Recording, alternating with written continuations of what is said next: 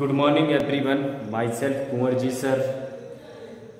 Explain this topic Nernst equation.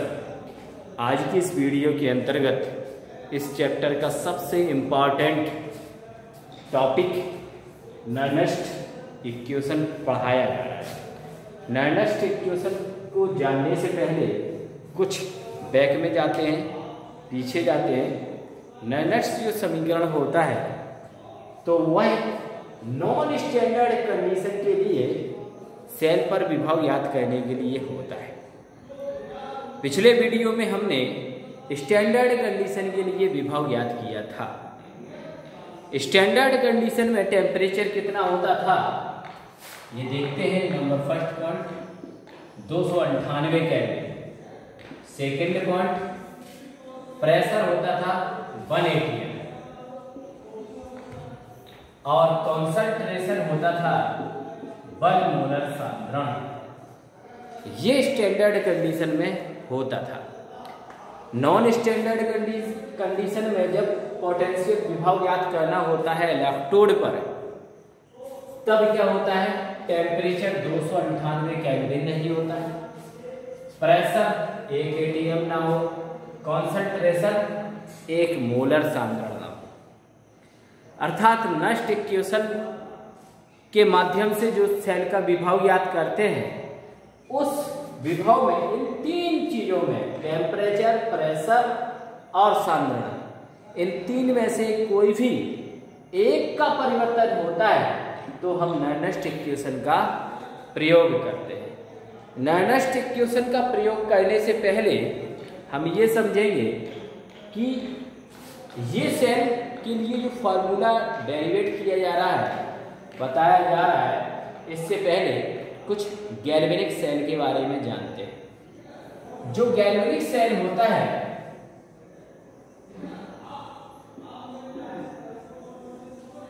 इसी cell को voltage cell कहते हैं। इसी सेल को डैनियल सेल भी कहा जाता है। डैनियल सेल के लिए कल बहुत इंपॉर्टेंट बात बताई थी। इस सेल का जो वैल्यू होता है, ई नॉट सेल का वैल्यू वह 1.12 वोल्ट होना चाहिए। तो गैल्वेनिक सेल में कंडीशन क्या होती है और गैल्वेनिक सेल कार्य कैसे करती है एनोड पर और कैथोड पर, इसकी आवश्यकता क्यों पड़ी? क्योंकि गैल्वेनिक सेल जो होती है ऑन एनोड ये रिएक्शन करती है, Zn gives to electron Zn+2। ये क्या होता है बेटा, यहाँ ऑक्सीडेशन। अब यहाँ देखते हैं 1 मोल इलेक्ट्रॉन जो प्रयोग किए जाते हैं उससे क्या प्राप्त हुआ, 1 मोल Zn से प्राप्त हुआ 2 मोल इलेक्ट्रॉन और ये 1 मोल Zn+2 धनायन प्राप्त हुआ। इसी प्रकार ऑन कैथोड जो रिएक्शन होती है, उस ऑन कैथोड के लिए क्यूप्रिक आयन 2 इलेक्ट्रॉन को एब्जॉर्ब करते हैं और कॉपर धातु प्राप्त होती है। ये रिडक्शन हुआ। रिडक्शन कैथोड पर होता है तो ये देखेंगे 1 मोल जो क्यूप्रिक आयन Cu+2 आयन और 2 मोल इलेक्ट्रॉन है, 2 मोल इलेक्ट्रॉन से 1 मोल कॉपर धातु प्राप्त होता है। इसी के आधार पर चार्ज ऑन 1 मोल इलेक्ट्रॉन क्या होता है, ये बहुत इंपॉर्टेंट है। चार्ज ऑन 1 मोल इलेक्ट्रॉन होता है 96,500 कूलम। ये देखिए, पिछले वीडियो के अंतर्गत मैंने बताया था 1F कितना होता है, 96,500 कूलम। तो ये वैल्यू 1 मोल इलेक्ट्रॉन के लिए होती है।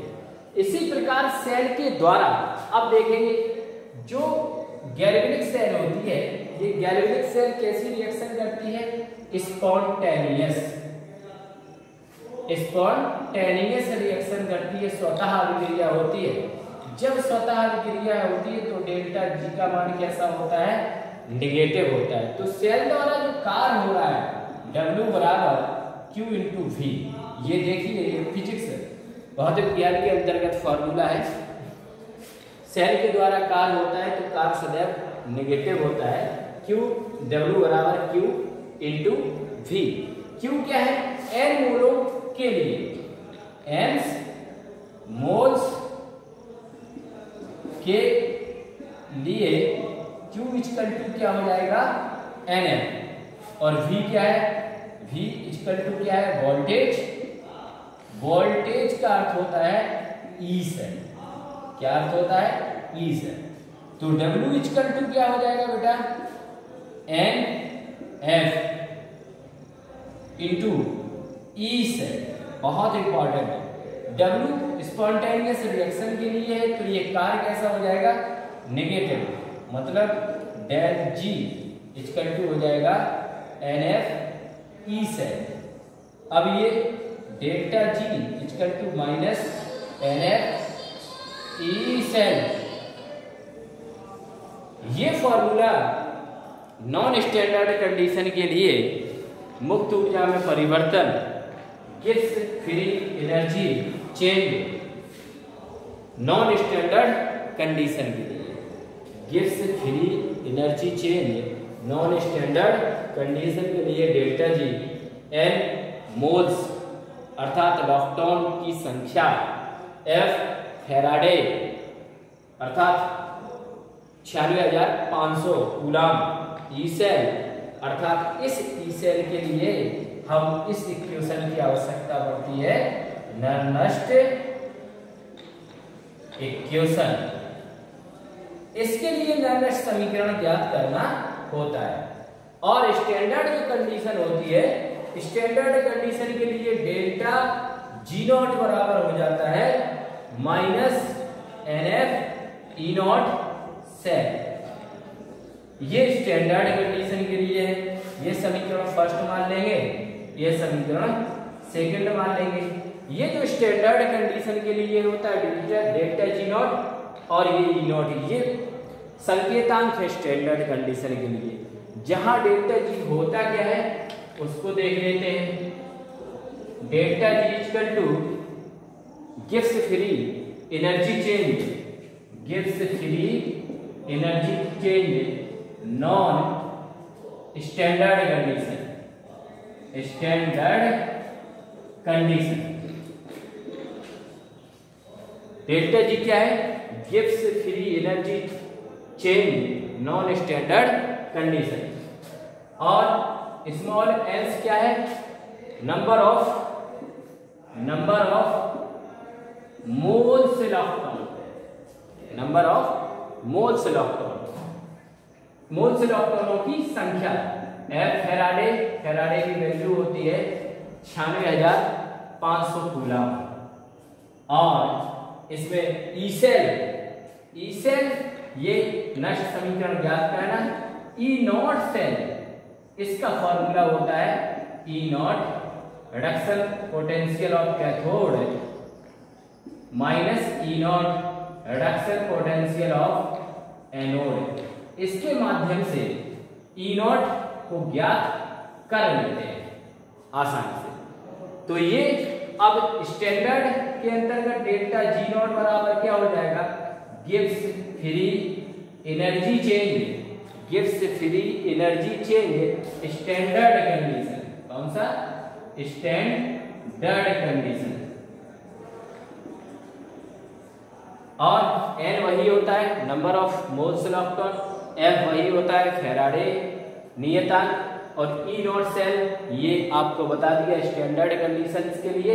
और जो E सेल है इसके लिए हम फॉर्मूला ज्ञात कर रहे हैं अर्थात नर्नस्ट समीकरण, नर्नस्ट समीकरण ज्ञात करते हैं। तो ये नर्नस्ट समीकरण ज्ञात करने के लिए हमें डेल्टा G की वैल्यू पता होना चाहिए।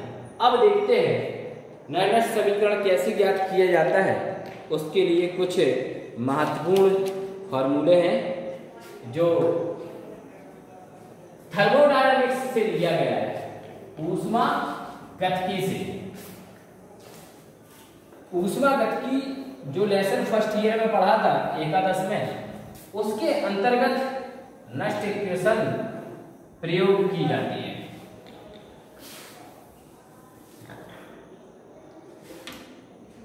नष्ट इक्वेशन क्या होता है देखते हैं। वी नो दैट, हम जानते हैं, क्या जानते हैं, delta G equal to NF E cell, delta G naught equal to NF E naught cell. ये समीकरण फर्स्ट था, ये समीकरण सेकंड था। अब फ्रॉम थर्मोडायनेमिक्स से क्या होता है, del G equal to del G naught plus RT log n of Q। ये बहुत इंपॉर्टेंट है, ये समीकरण नंबर 3। तो डेल जी का मान यहां पुटअप कर देंगे, minus NF E cell equal to delta G naught का वैल्यू पुटअप कर देंगे, minus NF E naught cell plus RT log n of Q। सभी में NF माइनस NF का भाग दे देंगे।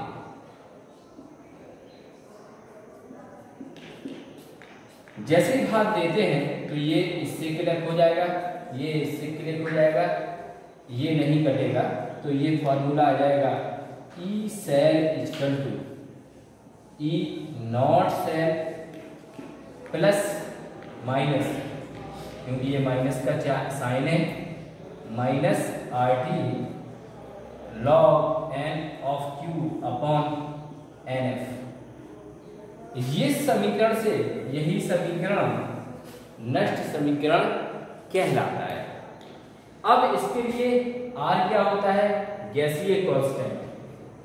R क्या होता है, वेयर R गैसियस कांस्टेंट होता है।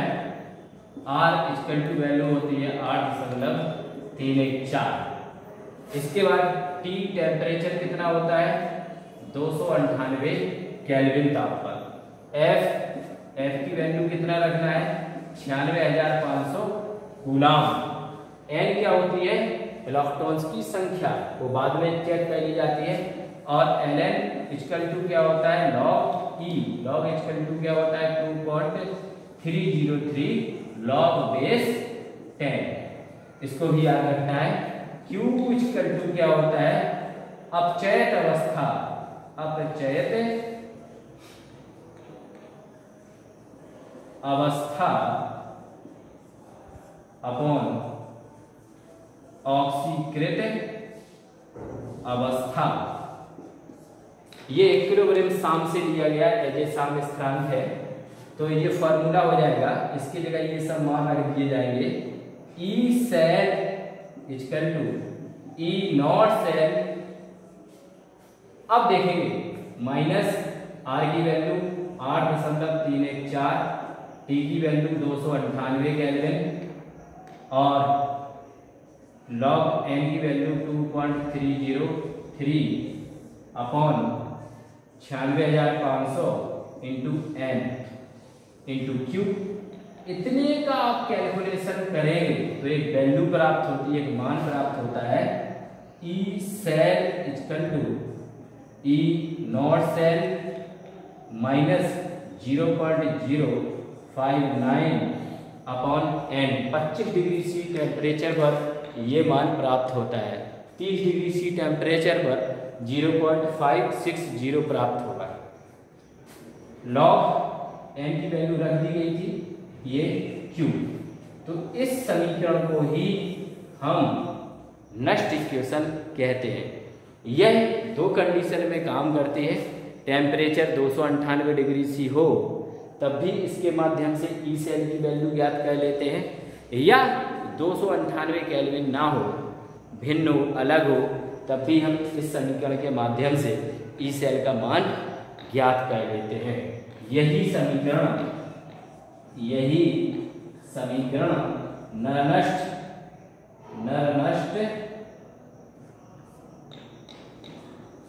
समीकरण कहलाता है। वेरी मोस्ट इंपॉर्टेंट है।